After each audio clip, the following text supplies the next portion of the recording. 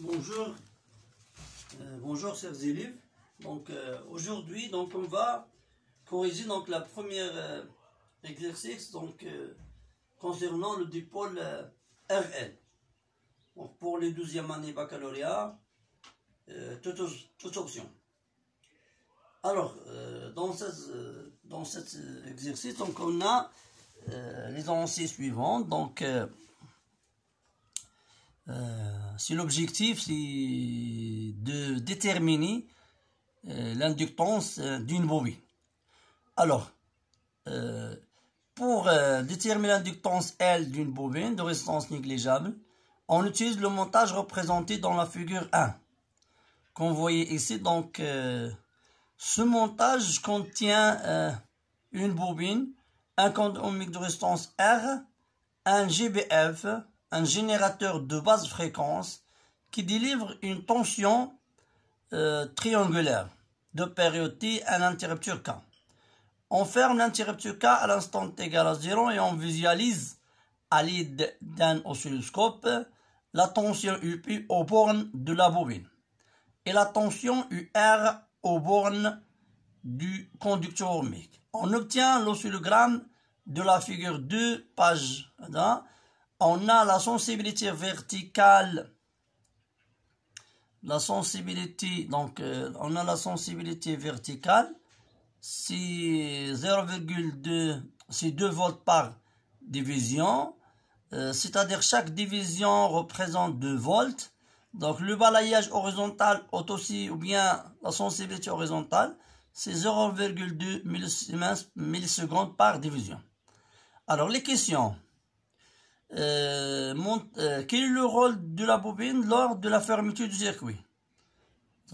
La deuxième question montre que les tensions EP et R sont liées par la relation EP égale à moins L sur R de R sur D de T.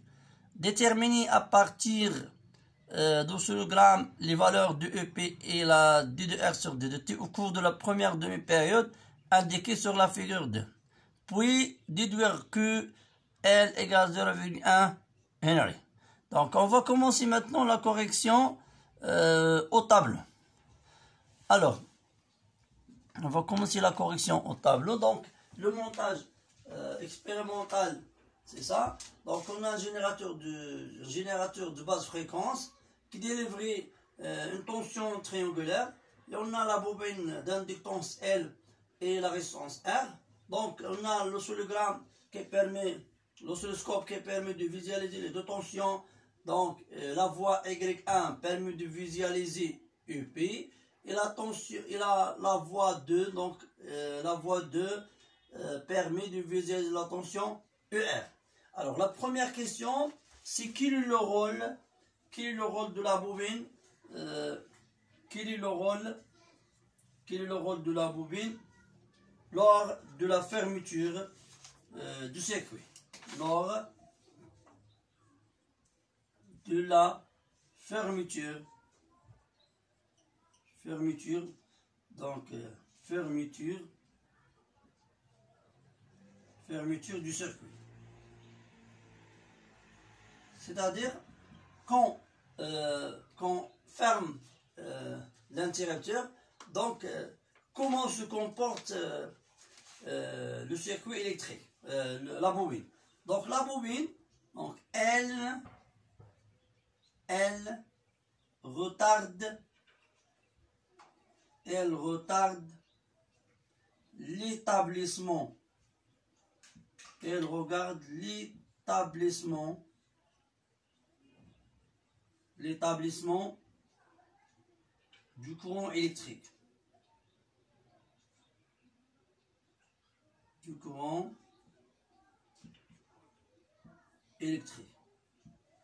Elle retarde l'établissement du courant électrique.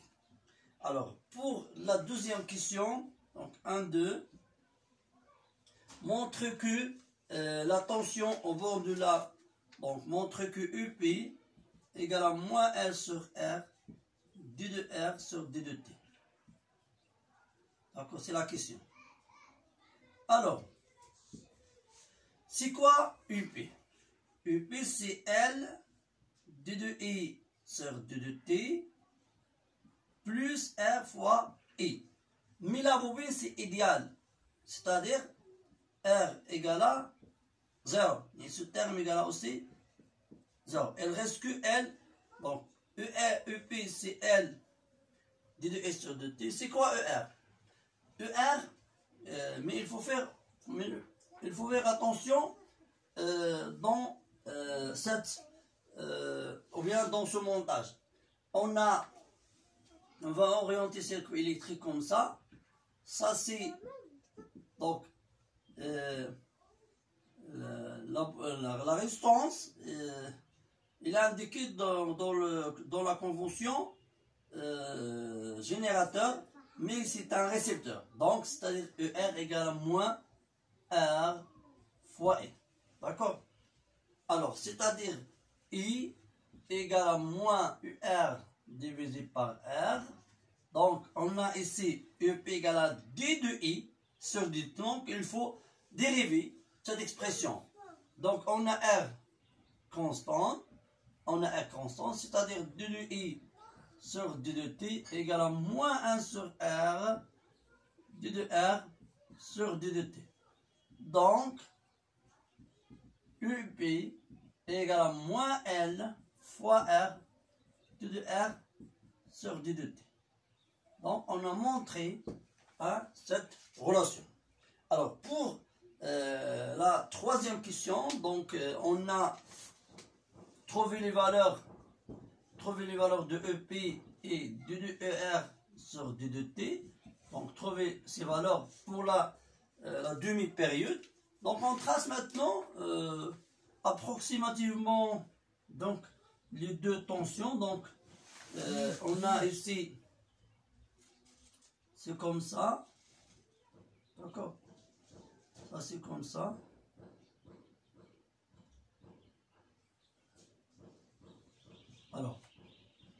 Alors si, maintenant, c'est la période T. Ça, c'est T. Donc, et ça, c'est T1,5. T1,5. C'est-à-dire, ça, c'est la tension. C'est combien de divisions ici? Donc, de 0. Donc, on a 1, 2, 3. On a 3. Donc, 1. Les divisions. On a 3 divisions. On a 3 divisions. D'accord. Pour EL, donc EL comme ça. Ça c'est UR. Et ça donc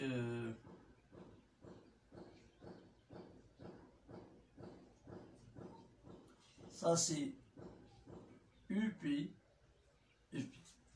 Alors donc on a sur l'intervalle, c'est T appartient 0, T1,5. Hein? UR, c'est une fonction affine. S'écrit sous forme alpha T plus bêta. Donc, c'est-à-dire D de ER sur D de T égale à alpha. Alpha, c'est un coefficient directeur, c'est-à-dire delta ER sur delta T. Alors, pour trouver le coefficient directeur de cette droite, on choisit deux points, par exemple ça et ça. On choisit deux points ici. Donc, deux points. Donc, ça c'est delta ER, ça c'est delta T. Donc, en général, alpha égale, donc c'est Y fois delta, ou bien on peut voir, donc ça c'est positif, donc c'est N fois SV divisé par X fois SH. Ça c'est alpha. N, c'est le nombre de divisions fois SV, la sensibilité verticale. X, ça c'est le nombre de divisions fois la sensibilité horizontale. D'accord? Donc combien de divisions ici? 1, 2, 3. Donc, égale 3 fois 2 divisé par... Ça, combien de divisions il y a ici, donc, combien de divisions? Donc, on peut prendre notre nombre de divisions. Ça, c'est 1 division. 1, il y a 1. Donc, 1 fois 0,2, 10 à la puissance moins 3. Donc, égal à 6. 2, donc, il y a 3. C'est moins 4. 10 à la puissance 4. Ça, c'est alpha. Ça, c'est le volt par seconde. Volt par seconde. Ça, c'est le coefficient directeur. Alors, pour UR, pour UP, donc EP égale, ça c'est négatif, moins N fois S, V. N, parce que la tension est négative ici. Parce que la tension est négative. Alors, parce que la tension est négative, donc combien de divisions? Ici, il y a une division, c'est-à-dire moins 1 fois 2, donc égal à moins 2 volts. D'accord? On a trouvé EP. Alors, la dernière question, c'est déduire la valeur de K. Donc, on a EP égale à moins L sur R d de R sur dt. Donc, c'est déduire d'après cette expression et les valeurs du EP R, donc la valeur de L. Donc, c'est 1, 4. Donc, on a EP égale à moins L R d de R sur d de t. Donc, c'est-à-dire L égale donc R fois EP divisé par moins d de R sur d de t. Donc, égale R c'est combien? Donc, R c'est 1,5 10 à la puissance 3 fois 2 divisé par, donc divisé par 2 de R, ça c'est moins 2, donc divisé moins 2 de R c'est 3, 10 à la puissance 4, donc égal 0,1 Henry. Ça c'est... Alors, je veux donner une remarque plus importante, qu'il faut faire attention. Parfois, la sensibilité verticale, ou bien chaque courbe, bien chaque fonction a une sensibilité verticale. Il faut faire attention. Dans cet examen, on a les deux fonctions EP et ER en même sensibilité verticale. Mais il y a des cas où chaque fonction a une sensibilité verticale. Alors, je vous souhaite bonne compréhension. S'il y a des questions, vous pouvez laisser donc sur les commentaires. Et bonne chance.